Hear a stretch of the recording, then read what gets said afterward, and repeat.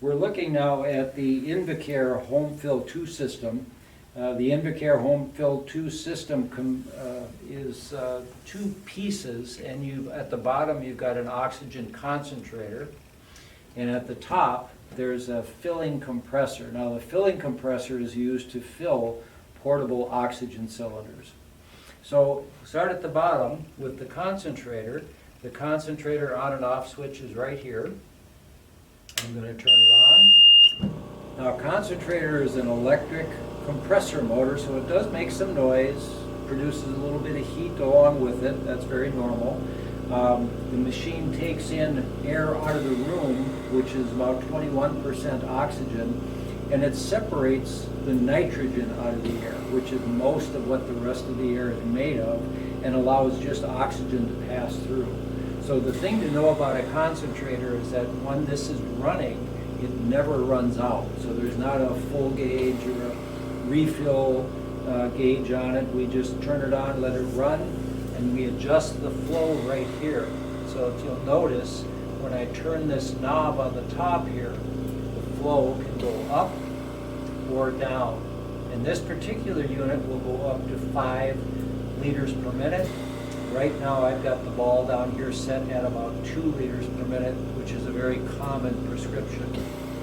In order to use the oxygen out of the machine, you would connect your cannula or extension tubing to this point. Other things to look at here, there is an O2 light on right now, which means that the machine is operating properly. And then if you look up above that, there's a couple of lights that can come on if there are problems with the machine. Typically, it's either that the machine tubing or the tubing coming out of the machine is occluded. It could be that the machine is not operating up to specs. Either way, you'll notice that there's a little foam there. It just means give us a call and we can troubleshoot with you what the problem is.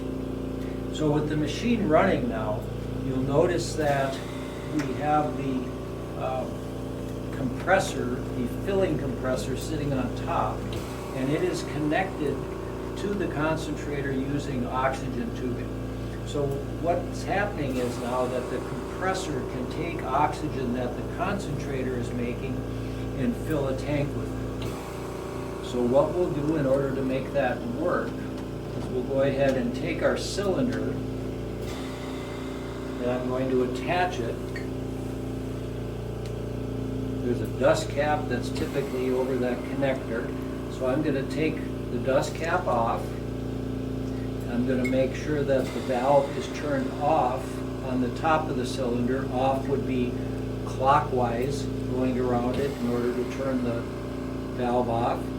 And then I'm going to take that connector and I'm going to connect it on top of the tank. So I can lie the tank down horizontally across here, put it on the connector, and then there's an on and off switch right on top that I'm going to turn on in order to start the filler. Now before I do that, a couple of things to pay attention to. Number one, I want to make sure, of course, that my concentrator is running, but I also want to make sure that it's been on for at least 5 minutes. When a concentrator starts, the percentage of oxygen it's making is low, so we want to let it run for a while to build up a good oxygen supply. I want to make sure that the flow gauge is set at no more than 3. All right, so it should be 3 or under, preferably even maybe 2.5 or under, in order to fill a tank. Now the reason for that is the capacity of the machine is up to 5, but if we're using all that oxygen and connecting to it here and using that, there's nothing left to fill the tank with.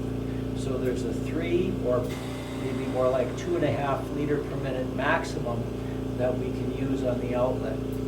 So the question is, can I use the oxygen while I'm filling a tank? The answer is yes, as long as you follow those guidelines. So now I'm going to go ahead and start the filling process. The machine has been running for a few minutes. I've got the gauge, flow gauge set under 3 liters per minute. I'm going to go ahead and hit the button on the top. Now when I turn that on, it is very normal that this is gonna, the light will come on where it says O2 below normal. Now that is an alarm light, and it's gonna let you know that the oxygen it's trying to fill into the tank is below normally accepted limits. But when you're starting to do the filling, just so that you know, this is always going to come on. It's a very common thing. So that'll stay on for a couple of minutes, and then the tank or the filling compressor will automatically switch from O2 below normal over to filling. When it gets over to filling, the light will come on here. You'll hear a noticeable sound where it starts to fill the tank. It's not real loud, but you can tell the difference. And from that point on, it'll take a couple hours in order to fill the tank. So it does take a while to fill the tank. So go ahead and just let that happen. And you can just leave the machine running. Some people have asked, do I have to stay and watch it? Well, you certainly don't. You just let it fill. And when it's done filling, it'll switch from filling over to full. The light will come on, the filling process will stop all by itself. This switch will still be on, but it won't be filling anymore. So when it's done filling, it'll stop. When you are ready to turn this off later after it's filled, you can just turn the switch back off again. So if you wanted to go to bed, you wanted to fill it up, you could just go ahead and turn it on and let it fill. It'll shut itself off, and in the morning you can just put the switch back off again. But just know that it takes a couple hours to fill the tank. Another precaution I might mention is that the tanks need to be empty. So when you're going to refill a tank, make sure that you've used it up all the way before you put it back on. Sometimes you might want to top off a tank that's maybe half full. Best to empty it first, then put it back on the filler, rather than trying to fill it again.